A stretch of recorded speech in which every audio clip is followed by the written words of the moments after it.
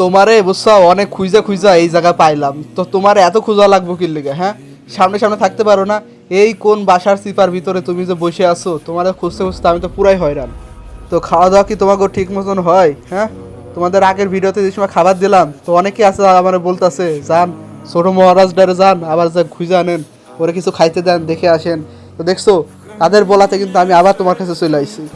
আর তোমার মায়ে কি করে? হ্যাঁ, আগের বার যেরকম লোভী ছিল এখনও দেখি সেরকমই লোভী আছে। কিন্তু তুমি ভালো, তুমি নাও, এ নাও তুমি খাও, নাও। তোমার বললি গাইস তো কেক আনছি, ঠিক আছে? তো তোমরা এসে খাইয়ে পেটটা ভরবা। তো গাইস, বর্তমান ভাই মাসের শেষ হওয়ার কারণে ভিডিওটা ঠিক মতন দিতে পারছি না। তো বেতনটা পেয়ে নিই, তারপর আবার রেগুলার ভিডিও। এই তোমার পায়ে কাটলো কিভাবে? হ্যাঁ, এই এই তোমার পাও কাটলো কিভাবে?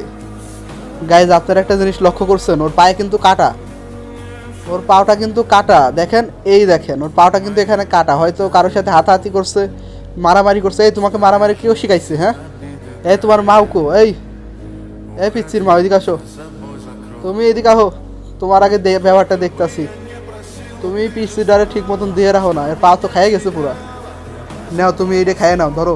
ভাবছিলাম এক দুইজনটা দুইটাকে খাইতে দেবো, কিন্তু তুমি খাও, তুমি বেশি খাও। কারণ কি জানো, তুমি অসুস্থ। তো তোমার মাওরে আমি পরে আবার খাওয়াবো, সমস্যা নাই। তো এই তোমার পোলা এমনি করে পাও কাটে তুমি দেখো না কে? হ্যাঁ, তো গাইজ দেখতে পাচ্ছেন ওর পাওটা কিন্তু অনেক ভালো তরে কিন্তু কেটে গেছে, এবং ও কিন্তু ঠিক মতন খেতে পাচ্ছে না। কারণ এই দেখেন, বারে বারে পিছনে তাকাচ্ছে কি সেজন্য জানেন? কারণ ওর ক্ষত জায়গায় মাছি উঠছে, দেখেন আশেপাশে কিন্তু মাছিগুলো উঠছে, ওর ক্ষত স্থানে যাচ্ছে, ও বারে বারে কিন্তু নাড়াচাড়া দিতেছে, দেখছেন?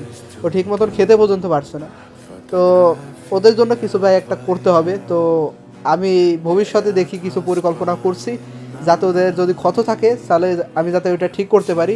তো তেমন কিছু মেডিসিনও আমি জোগাড় করে রাখবো যদি আমি এমন কুকুর দেখি।